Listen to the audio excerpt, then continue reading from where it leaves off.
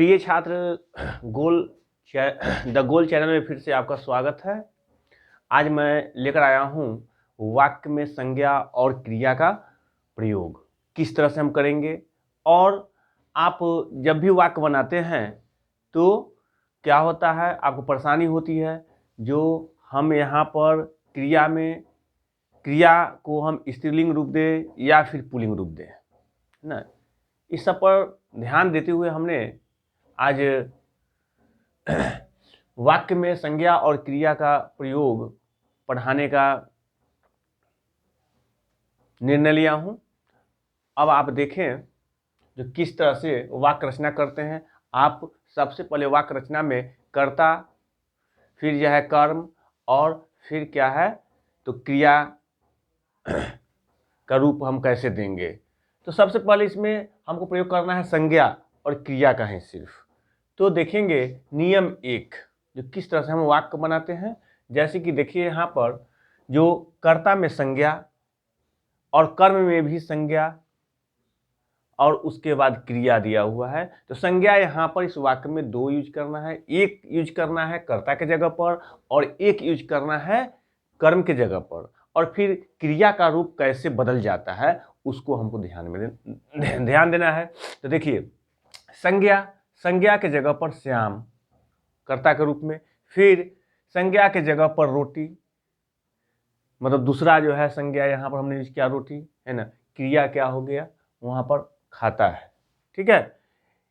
तो हम देखेंगे जो किस तरह से क्रिया का रूप पुल्लिंग में हुआ है। तो यहाँ पर देखेंगे जो कर्ता का जो संज्ञा है वो क्या है, पुल्लिंग है, इसलिए वहाँ पर क्रिया भी क्या हो गया, पुल्लिंग हो गया, ठीक है। उसी प्रकार नीचे देखिए फिर एक और एग्जाम्पल हमने दिया राधा, ठीक है। तो राधा रोटी खाती है, तो यहाँ पर क्रिया का रूप कैसे बदल गया, तो कर्ता के संज्ञा के हिसाब से रूप बदल गया। राधा क्या है तो स्त्री है, इसलिए क्रिया भी स्त्रीलिंग हो गया, ठीक है। अब नियम 1 में यही कहता है, मतलब यही है जो यदि संज्ञा के बाद फिर कर्ता का संज्ञा और उसके बाद कर्म का संज्ञा आता है तो हम क्रिया को कर्ता के संज्ञा के हिसाब से हम उसको रूप बदल देते हैं, स्त्रीलिंग या पुल्लिंग, ठीक है। तो इस परिवर्तन को हम क्या कहते हैं, तो कर्ता के संज्ञा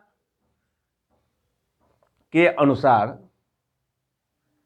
क्रिया के रूप का बदलना, है ना, कर्तृ प्रयोग कहा जाता है। क्या है, कर्ता के संज्ञा के अनुसार क्रिया के रूप में परिवर्तन को कर्तृ परिवर्तन भी कहते हैं। अब जो है नियम 2 को आप जो है फॉलो करेंगे, देखेंगे जो क्या है। तो फिर बस सब कुछ वही है, सेम वही है, उसमें कोई दिक्कत नहीं है। क्या है, संज्ञा है ही है, फिर उसके साथ जो है सिर्फ कर्ता के संज्ञा के साथ परसर्ग जुट गया है ना। तो परसर्ग क्या है, तो परसर्ग क्या है, कारक का चिन्ह जो ने आता है उसको ही हम परसर्ग करते हैं, या कारक का और भी कोई चिन्ह आ सकता है, ऐसा कोई बात नहीं है जो सिर्फ ने ही होगा, ठीक है ना।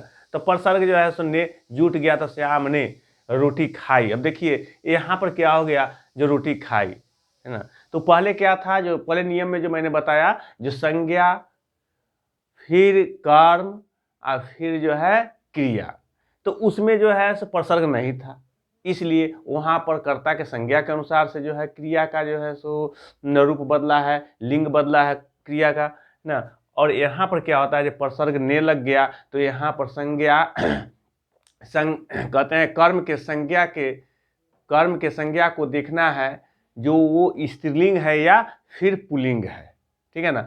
उसके हिसाब से क्या होगा, तो क्रिया का जो है रूप बदलेगा। तो यहाँ पर आप देखिए रोटी क्या है, तो रोटी आप जानते ही होंगे जो स्त्रीलिंग है। क्या है, रोटी क्या है, स्त्रीलिंग है, इसके हिसाब से ये बदल गया, ठीक है। जो देखिए श्याम ने रोटी खाई, फिर यहाँ पर देखिए राधा रोटी, तो फिर यहाँ पर भी रोटी स्त्रीलिंग है, यहाँ राधा है, तो यहाँ पर परसर्ग ने जोड़ देते हैं, तो क्या हो जाता है, राधा ने रोटी खाई। देख लीजिए, जो यहाँ पर क्रिया भी क्या हो गया, स्त्रीलिंग हो गया।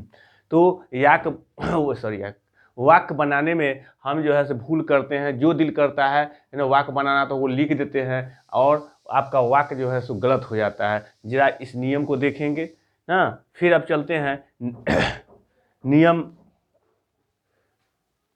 लास्ट, मतलब अंतिम, मतलब तीसरा नियम। देखिए क्या होता है, तो देखिए यहाँ पर क्या है ना, नियम 3 में देखिए वाक्य रचना में क्या करना होता है। तो हम संज्ञा के कर्ता के संज्ञा के जगह पर संज्ञा देंगे, फिर क्या है उसके साथ जो है हम प्रसर्ग जोड़ेंगे, फिर जो है कर्म का भी संज्ञा देंगे, उसके साथ भी क्या है प्रसर्ग जोड़ेंगे। तो फिर क्रिया का क्या रूप होगा, उसके लिंग में क्या परिवर्तन होगा या न होगा, जरा उसको जो है तो आप ध्यान से देखेंगे। तो यहाँ पर देख लीजिए, मैं देता हूँ बच्चों, संज्ञा में बच्चों, प्रसर्ग मैंने ने जोड़ दिया, प्रसर्ग में मैंने ने जोड़ा, है ना, बच्चों ने। फिर संज्ञा हम दे देते हैं कर्म का संज्ञा में दूध, प्रसर्ग का संज्ञा में दे दिया दूध, ठीक है। फिर प्रसर्ग इसमें जोड़ दिया को,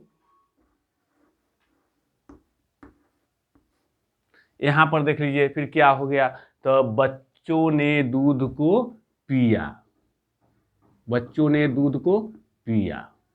देख लीजिए,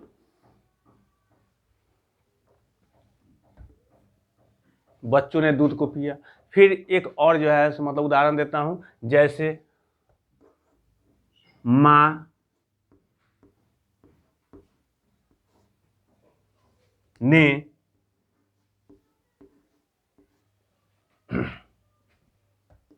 मां ने खाना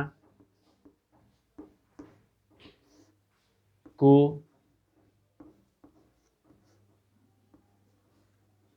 खाया।